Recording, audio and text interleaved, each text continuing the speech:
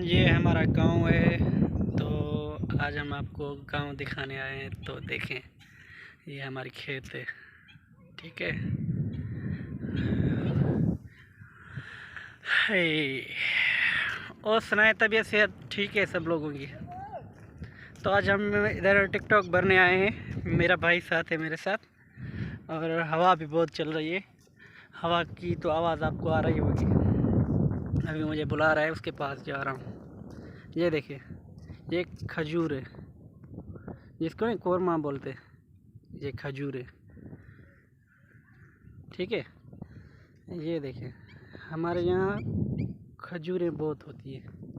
खजूर मशहूर है बहुत, खैरपुर की। ठीक है।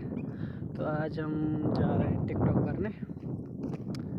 इंशाल्लाह हमारी वीडियो शेयर करें, लाइक करें, तो इंशाल्लाह हम भी